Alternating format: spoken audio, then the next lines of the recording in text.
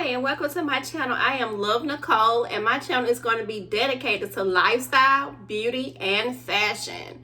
The purpose of today's video is for me to share with you my natural hair journey and also how I was able to achieve my length to bra strap length while going natural and maintaining healthy hair.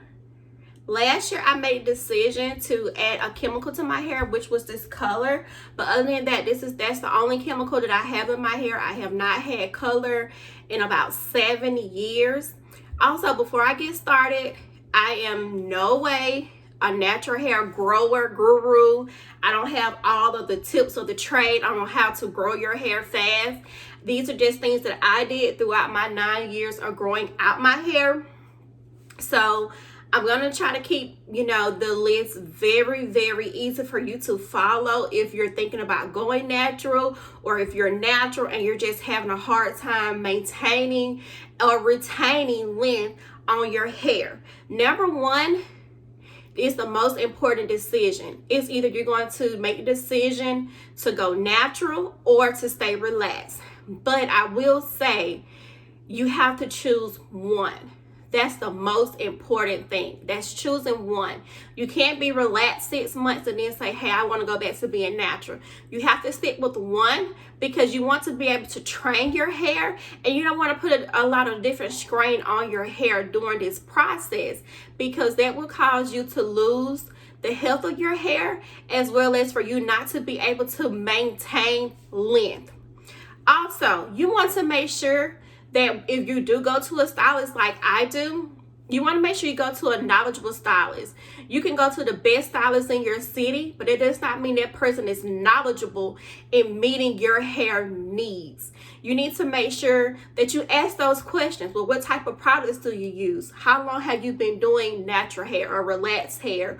Or how are you able to help me meet my hair goals? Because in life, we all have goals. Why spend your money with someone just because they're the top stylist in your town? Make sure you're going to someone that knows what they're doing, someone that's professional, someone that knows how to tell you how to treat your hair and how to care for your hair in between your visits. And also go to someone that you feel comfortable with going to. Number 3, I will also say make sure you're getting your ends trimmed regularly. Getting your ends trimmed does not mean, oh, you're going to get a haircut. You're cutting off the dead ends so that they do not eat up your hair as you're trying to grow out your hair. Trimming your ends for some is a nightmare. But for me, I tell her, hey, go ahead, do what you need to do, because I'm thinking about the health of my hair. It'll grow back long as you're doing what you're supposed to do in between your visits. Getting a trim is very, very important. As a little girl, my grandmother used to care for my hair, and she always would tell me, okay, I gotta cut a little bit. And yeah, as a little girl, I would get mad because I wanted that long hair look. But at the same time, as I got older, I understood it's not doing me any good if my hair looks good all the way down, and once I get to the very bottom, it's like a bush. That doesn't help our hair. It doesn't make your style look any better either. Also, you want to make sure that in between your visits that you're using good quality products as well as your stylist. Again, I'm not saying that, Walmart brand or Dollar Tree brands, they don't work, or, less expensive products do not work. But for me, I realized, and I was able to notice in my hair, that those products, they did not truly work for me. Not saying that those products won't work for you, but for me, I had to make sure that while I was, going to a stylist, she was using good quality products, as well as while I was at home, I was using good quality products as well whenever I was not wearing a protective style. Also, going into protective styles. Throughout my journey, I first got into wearing sew-ins, I think it was year 3 of my natural hair journey. And when I say that is one of the best things that I decided to do, because it was less manipulation on my hair. Also, it kept my hands out of my hair. I wasn't having to worry about, oh my God, what am I going to do with my hair today? Or will I have to wash my hair every week? protective styles, I made sure I wore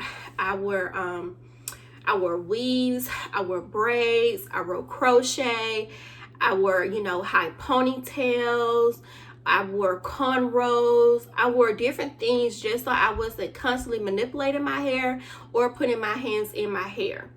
That, like I said, protective styling was like my best friend throughout my journey. Also, in between my visits, when I do have my natural hair out, I make sure I use less heat as possible. After I go and see my stylist, I don't add heat back into my hair until 3 weeks. I go and see my stylist every 3 weeks whenever I am not in a protective style.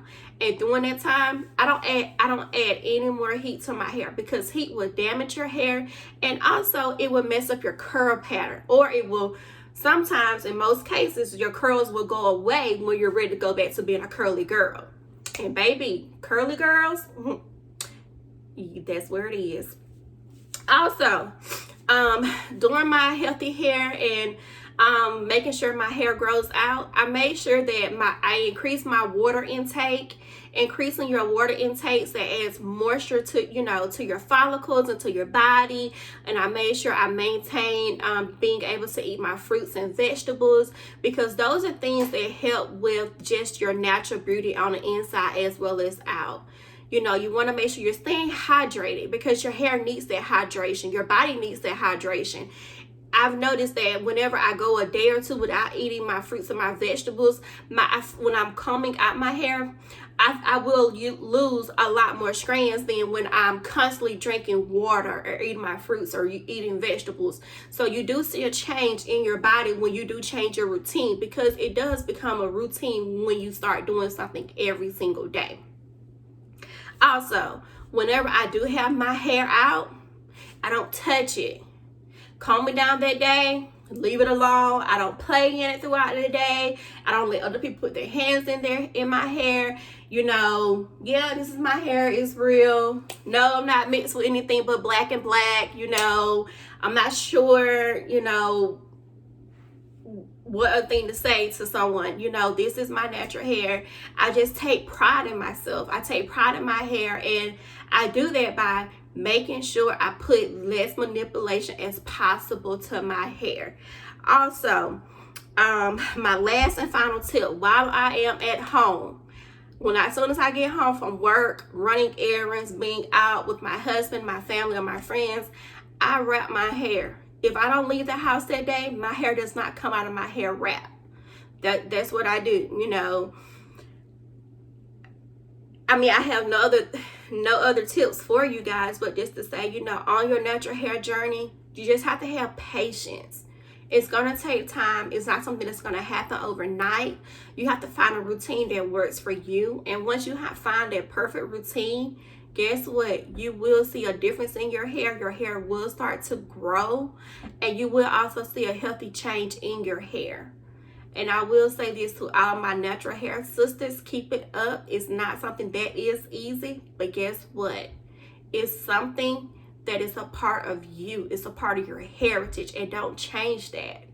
Stay on your natural hair journey and encourage others that come to you for advice. Share their advice.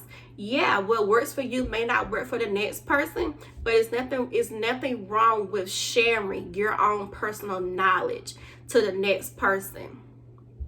All right, guys. Thank you for tuning in. Thank you for watching. Love, Nicole. I am so excited to be a part of the YouTube family now. I have a lot of great videos and vlogs that's coming up. Please don't forget to hit that like button and also start subscribing to Love Nicole. Bye.